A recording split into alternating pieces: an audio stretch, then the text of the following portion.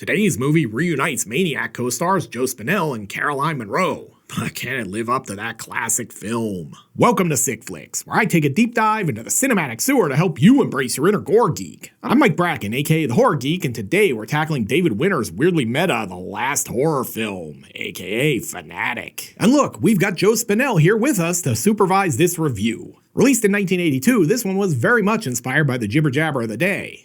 Would horror movies turn fans into raving killers? Toss in a nod to the Reagan assassination attempt and plenty of B-roll from Khan, and well, you have a movie or something. Reuniting Spinell and Munro has led to this one being cited as a pseudo-Maniac 2 in some circles, and while there are similarities, this film is definitely its own thing. Severin has brought us a fantastic new Blu-ray version of this with all the old lost gore footage restored, and I can tell you the thing looks great. You can find a link to snag a copy in the description, but you missed out on your very own Joe Spinell because they were limited to like 500 and they're long gone. But enough about that. Can The Last Horror Film kill off enough movie moguls to earn a coveted 5 barf bag rating? Let's get to the gore and find out. Oh, and before we get started, today's video is sponsored by patrons Kevin Cox, Taxitus Bartleby, and Steve Court. If you'd like to help sponsor some videos and free me from the shackles of YouTube's tyranny, you'll find a link to my Patreon in the pinned comment and description below. And now, let's get bloody. We open with this shot. It's like Death walks in high heels. Will we cover that someday? Maybe. And straight to the hot tub. Don't worry about her drowning. I've checked her 2 personal flotation devices already. Meanwhile, this guy's like, these damn cable prices are too high. I'm cutting the cord. Be very quiet. I'm fishing for sexy hot tub models. I do like that this movie isn't wasting any time. I'll definitely give it that. I also dig that it looks like this cord is trying to casually shoot a shot. Oh, hey, mind if I join you? I do feel like this movie is about to have an electrifying opening, too. And it does, but there are boobs, and you know as well as I do that PrudeTube hates boobs. Unless you insist the boobs are for breastfeeding and educational. Then we jump over to another movie. Joe Spinell in his natural state, ladies and gentlemen, sweaty and disheveled. What is he doing? I don't think it's that kind of theater, Joe. And it's off to the credits. Sick Flicks legend Caroline Munro returns to the show.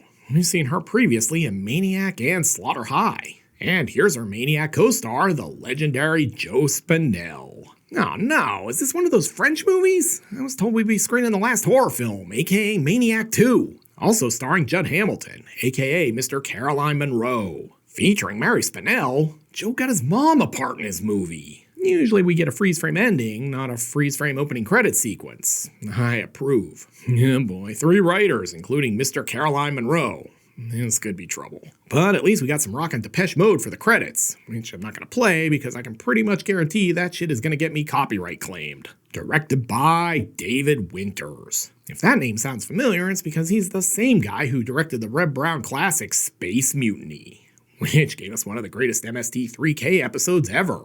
I mean, who can forget Blast Hard Cheese? We put our faith in Blast Hard Cheese. Building establishing shot. Ron Jeremy moonlights as an Uber driver to pay the bills between shoots. I'm gonna tell my grandson this was The Sopranos. And this might be the most unflattering picture of Caroline Munro ever. Like the Judd got himself in there though. Then it's off to a dream sequence. Honest to God, if there was an Oscar for looking sweaty and deranged, Spinell would have won it every year. And I'm gonna tell my grandson this was the Toddy Katane Whitesnake video. MC Joe Spinell gets ready to drop the sweatiest 16 bars you've ever heard. Wait, now he's Pimp of the Year. Guys, this movie is confusing. And another freeze frame. This movie is like a Jay Giles band song so far. You can even remember freeze frame? Christ, I'm old. Back in reality, Spinell is like, not, I will drive you to the Bronx. Oh wait, he's headed somewhere else. Cannes Film Festival, here I come. Joe, that's in Europe. You can't drive across the Atlantic. But first, he's gonna stop by home so he can be like Eminem and sample some of Mom's spaghetti. Can't believe there's no J&B on the table. Also, do you think Scorsese used this as the inspiration for the scene in Goodfellas where the guys eat at Joe Pesci's mom after waxing Billy Bats? I love that Mary Spinell looks exactly like every old Italian mom in movie history. Bet she makes a mean homemade marinara. Anyway, Joe's gonna make some sweet YouTube vlogs with that camera. Welcome back to my channel, guys! And like all Italian moms, she's gonna make him eat. Joseph, you look like you're wasting away. Here, eat your baked ziti. I'm leaving on a jet plane. Can establishing shot. Man, I wish I was watching James Caan in Violent Streets. Fun fact, that was actually the working title for Caan's classic film Thief. Riding a paddle boat? You best believe that's a paddling. Oh wow, Spinell met Burt Reynolds and they're making a new Smokey and the Bandit. Don't want to alarm anyone, but we might have a Caroline Munro stalker on our hands. Ron Jeremy looks for mainstream crossover opportunities in the film industry. Come on, movie, focus! Anyway, here's some very subtle historical subtext for this movie. An FBI source said that Hinckley had written several letters and placed long-distance phone calls to Miss Foster at her residence at Yale University. Oh hey, it's the one kind of jury duty I'd actually be excited about. Looks like they're screening Fulci's Contraband in here.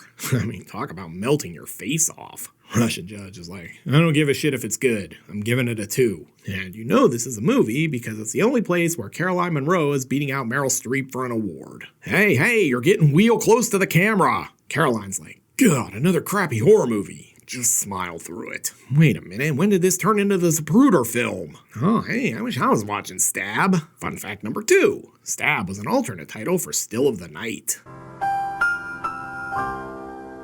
Not gonna lie, it's kind of brilliant to set your film at Cannes so you can just fill half of it with generic B-roll from the festival. Fun fact number 3. They actually shot all of the Cannes footage with the stars at the festival, without permits. Man, I haven't seen paparazzi like this since that Exhibit song. Honestly, maybe my favorite Exhibit track. That or What You See Is What You Get. Look at this. Filming her on the red carpet as part of the movie. This is all very meta.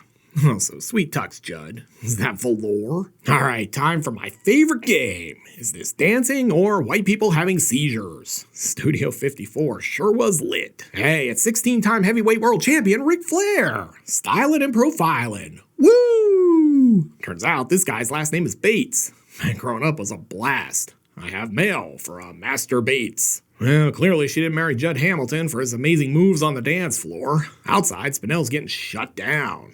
Well, since he wore his best slacks and members-only jacket. Fine, you won't let me in? I'll go find some chicks to scalp somewhere else. And more music and dancing. Thoughts on this, Ian Sarah? It stinks. I concur. Oh shit, they're showing Cannibal Holocaust. Why are we watching that? They shut me out of the club, so I'll cheer myself up with this Diodato flick, I guess. Does this hat make me look goofy? No, your face makes you look goofy. Ron Jeremy makes his big con debut. I'm just here to promote my new film, Deep in the Savannah. Ah! What the fuck is this? It's like someone merged Chris Evert and Giovanni Lombardo Radice into one person. More proof man should never play God. Ric Flair cuts a rug with Grace Jones. You want to be the man? You gotta beat the man. In a dance-off. Also, why can't Spinell afford a camera that shoots in color? Hotel establishing shot. What? This article says Harley Race could kick my ass. That's a lie. Alright, let's go over the bookings for tonight's Bash at the Beach. Why is Sting in the main event? Anyway, Caroline's got a note. You've made your last horror film? Goodbye. Not sure if that's a threat or a promise of something better. Anyway, Monroe's sporting the Bride of Frankenstein look. She's gonna win the con cosplay contest this year. Room service! Got that bottle of J&B you wanted, Mr. Flair? I don't want to alarm anyone, but this is less a film so far than it is a tax write-off for Caroline Munro's home movies of her trip to Cannes. Anyway, she's in Ric Flair's suite and has a phone call. Yes, Mr. Crockett, I'm in his room. I don't think he's here. All his feathered robes are gone. No, wait, here he is. Cut himself shaving again. This guy sort of looks like young Joe Pesci with hair. How do you mean I'm funny? Anyway, Judd shows up to comfort Caroline after finding Rick's corpse. Well, that or basically be condescending. You make the call. Jana, are you sure? I mean, do you know he was dead? You know and I know he's a practical joker. Back at the hotel, someone needs to call the manager about the lack of J&B in the wet bar. Oh god, this really is turning into Maniac. Maniac opened with Spinell on a beach.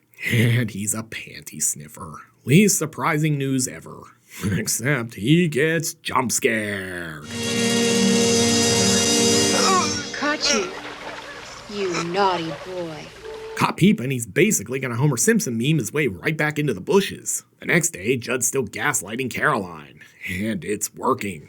I'm actually starting to doubt myself. But tell me, why would Brett want to do something like that? Why? Judd's doubling down, too. Apparently, Ric Flair is like a modern-day William Castle. You know, I really think it could be a promotion stunt.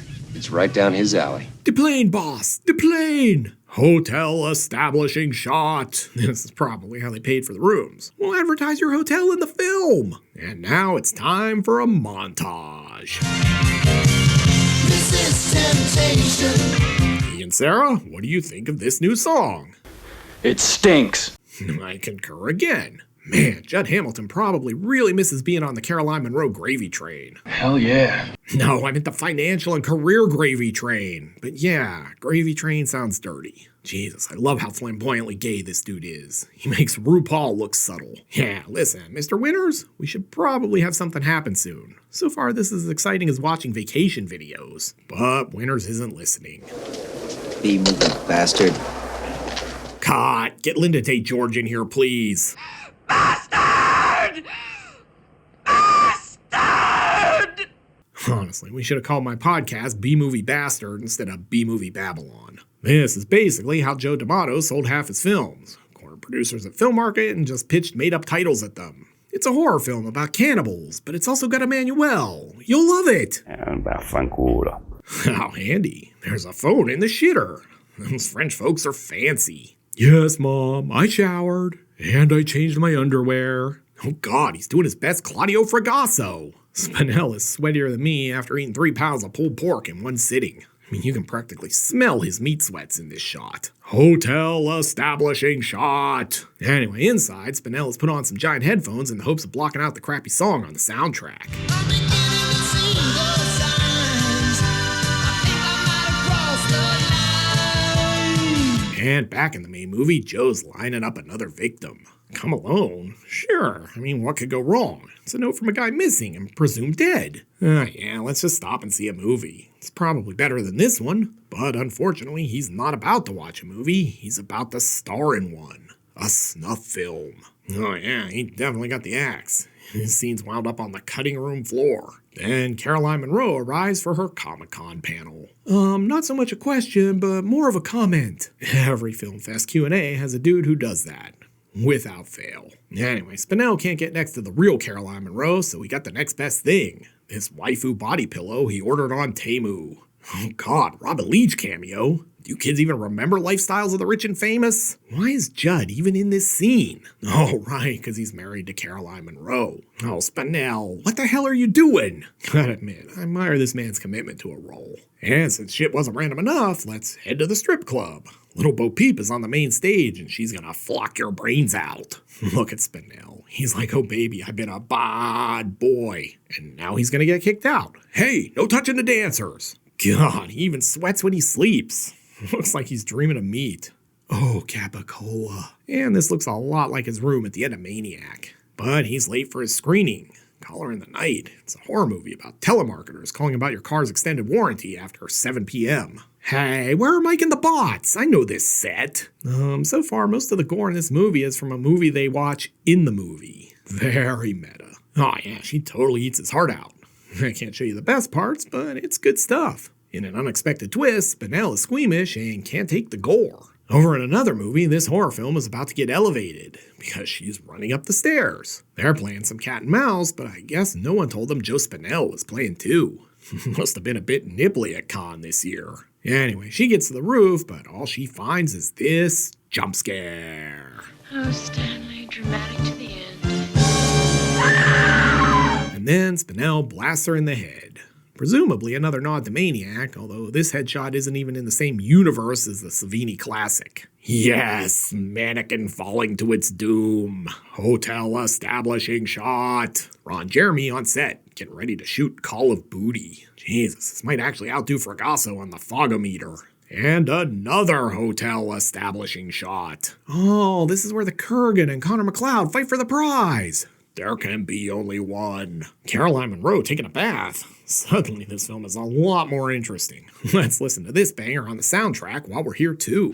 Sometimes it's one thing, but sometimes it's me. Ian, Sarah, are you still here? Because I need to know what you think of this.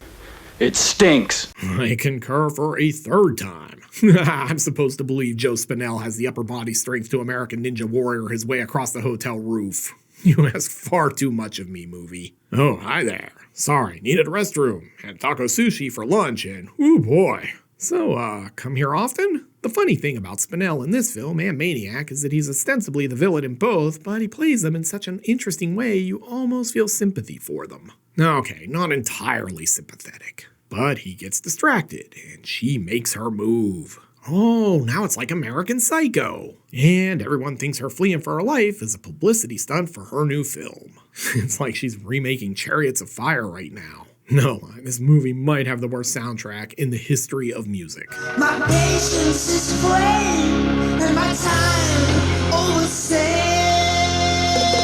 Bad news for Spinell is that she escaped. The good news is Judge Hamilton brought her right back to the hotel. It's like a Caroline Munro boomerang. I'll give Spinell this. He's the most nattily dressed slasher villain I've seen in years. Hotel establishing shot. Even though we never left the hotel. Ooh, jaunty driving montage. It's like the opening of an ABC TGIF sitcom circa 1990. Just need some credits, like with Jim J. Bullock as Monroe. Spinell really had the most hilarious waddle. He's like a duck with a corncob up its tailpipe. Joe Spinell, American Ninja. Oh, Michael McDonald is hosting this party. Oh, hey guys, someone told me you were coming over, but I keep forgetting.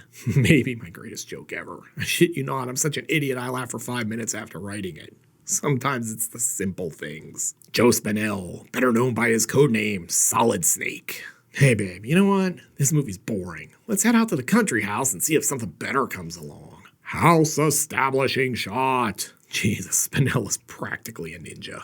And sweaty. It's kind of like if you put Sho Kasugi in a sauna and made him gain 40 pounds. Anyway, over in another movie, this dude is fondling his gun. Hell yeah. No, I mean his actual gun. So, you think this movie is ever going to go anywhere? Nah, not a chance. Craft Services is nice, though. Running Spinell. This feels like one of those 70s cop shows cold opens. Tonight on Barnaby Jones. You kids even remember Barnaby Jones? Christ, I'm old. I don't even know what to call this. It's more mincing than running. We said no solicitors and we meant it. And somehow this guy wound up dead. I give up. House establishing shot. Even though we were at this house in the last scene. So even though nothing has really happened all movie, we're headed for the climax. Caroline Munro's going to be at the awards ceremony and hopes she'll lure out Joe Spinell. But it's going to be a decoy Caroline Munro. Pretty sure this was a Scooby-Doo episode plot. But before we get to that, let's check in on Joe. Gonna roll me the biggest J ever. Hey, it's Chris Christopherson. No, really, that's him. And Kathy Crosby. That's incredible. Are you old enough to get that joke? All the modern topical humor on this channel. Jesus, just putting on a hat makes Spinell sweat. Oh, it's nice that Munro showed up to the awards in her C-3PO cosplay. Oh, R2. Caroline Munro's sexy 3PO cosplay. There's a droid I bet a lot of you would oil. I'm still trying to figure out if someone has ever benefited more from being a schlub married to a star way out of his league than Judd Hamilton. I mean, K-Fed and Britney Spears, maybe? I mean, props to Judd. Wow, huge crowd for the debut of the Paul Blart sequel. Wait, is this supposed to be Caroline Munro's twin? Ray Charles can tell they don't look alike. Filmed in Blair Witch Cam. Spinell is not going to be fooled by this ruse, though.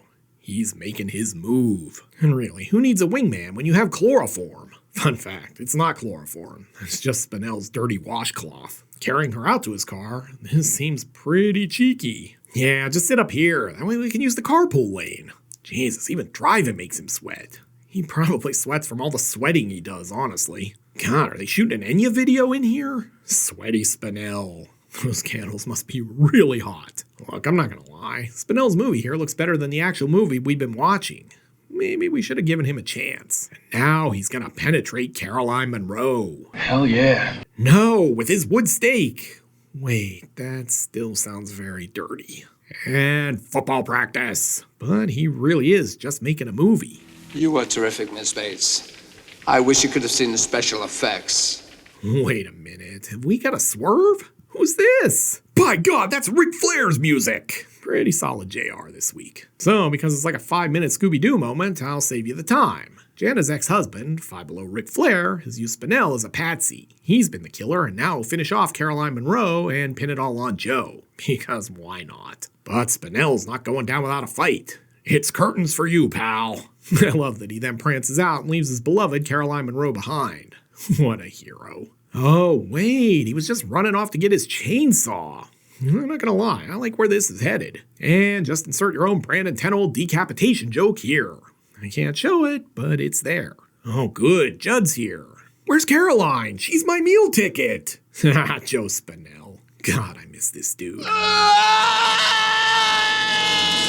And freeze frame ending. Drink. Oh, swerve time again. It was all a movie. You're so meta. And then it gets really weird as he and his mom imbibe a little devil's lettuce. And another freeze frame. Drink again. This movie is just a wealth of good things. And cue credits. So, what have we learned from the last horror film? Hell if I know. This film feels less like a movie and more like a tax write-off or a trip to Cannes. Spinell and Munro give it their all and really try to recapture the magic of Maniac, but it just never quite works. It's a historical oddity, and I'm glad it's on Blu-ray, but it's a strange little film. But enough about that. Can Spinell carve up enough famous folks to earn a coveted 5 barf bag rating? Let's go to the gore card. In terms of gross anatomy, the last horror film sorta delivers. We're treated to a sliced throat, 2 decapitations, 1 shot to the dome, and a chainsaw evisceration. The effects aren't great, and there's not enough gore here for me, but the chainsaw sequence is pretty fun. As such, I'm giving the last horror film a 2 barf bag rating. It's not really a sick flick, but it is an interesting historical oddity. Looking for another crazy slasher about making movies? Then be sure to check out my review of Curtains. You'll find a link here on the screen. I'll meet you over there. Until next time, I'm Mike Bracken, aka The Horror Geek, bringing you all the splatter that matters.